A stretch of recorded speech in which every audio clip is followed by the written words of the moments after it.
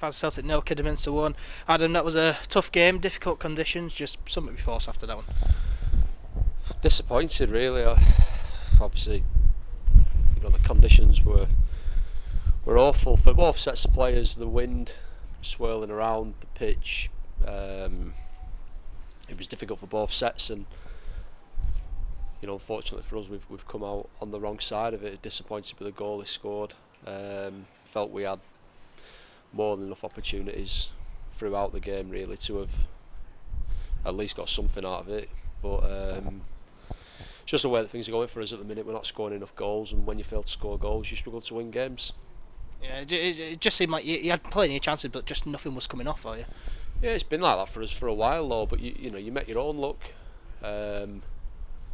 We're just not scoring enough goals. It'd be a bigger worry if we weren't creating opportunities, but we've had some really good opportunities there tonight, and we've failed to capitalise on them, and ultimately we've got done there. We've allowed a cross to come into the box too easily. I think the wind's got hold of it a little bit. It's landed to one of their men and he smashed it in as a good finish. In the other box, things are swirling around and they don't seem to be landing to us at the moment, and when they do, they're getting blocks on, or we're not finishing them, and it's just the way that it is. How big of a difference did the weather conditions make to this game tonight?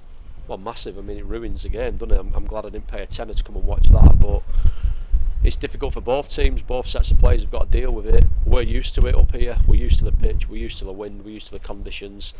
And I suppose you've got to give them credit, really, for coming, and it's not easy travelling the distance that they have midweek. They've got a lot of good players. They try and play quite an expansive game of football usually, and they've come here and had to adapt the game for the conditions, and every credit to them for keeping a clean sheet. But I think a lot of that's down to not only their good defending, but our bad finishing. Of course, 18-year-old goalkeeper Bobby Jones made his debut tonight, started the game. What did you make of his performance? I thought he did really well. I thought everything he had to do, he did well. He made a great one-on-one save there at the end, where we're pushing men forward and they break away at 1-0, and it would have been the game well and truly wrapped up. But he made a great save, stayed big, kicked it well in difficult conditions. It's not easy for any player, but certainly a young lad and a goalkeeper to just come in, meet the lads on an hour and a half before the game and just be thrown into the deep end and play. But I thought he did ever so well, and I think I've got to thank Wigan, particularly Nick Chadwick, for allowing us to have him for tonight. Of course, he came in on loan because goalkeeper Josh Barnes got a concussion on Saturday. Have you got an update on him for us? Yeah, he'll be okay for the Gloucester game. Of course, difficult tonight. How difficult is it for the team and for you yourself? Because you've had many different goalkeepers play in the team. I think 5 have been in between the 6. How difficult is that for the team to adapt to playing with new keepers? Well, it is. It's incredibly difficult. But that's just the way it's been for us this season. If I'm being honest, I've not been happy with us in that department all season.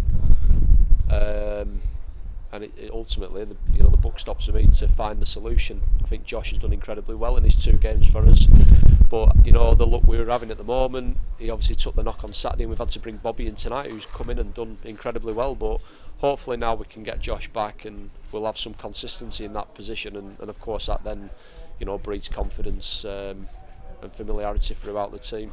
Of course, you go away to Gloucester this Saturday. Their team are struggling down at the foot of the table. Hopefully pick up 3 points and bounce back from this defeat. Well, yeah, hopefully, but it's going to be tough because they are down at the bottom end and they need the points. And every game's difficult. And of course, we'll go there looking for a reaction and looking to win. But I've always made a point to our players of never trying to become one of those teams that with 10 games, 2 months of season left, you're stuck in the middle of the table with nothing to play for, and our inability to win games where we've had opportunities to win games in the last couple of weeks. Our failure to do that means that we could become one of those teams, and as a competitive guy and somebody who wants to do well, that's not something that I can accept. So we need to find solutions quick. We need to start scoring more goals. We need to start winning a few more games. I know it's difficult to do that at this level of football, but we ain't just going to sit around and let the season whimper out. We've got to regroup, and obviously our next opportunity to get 3 points is at Gloucester on Saturday, and that's what we've got to try and strive to do. Cheers, Adam. Good luck on Saturday.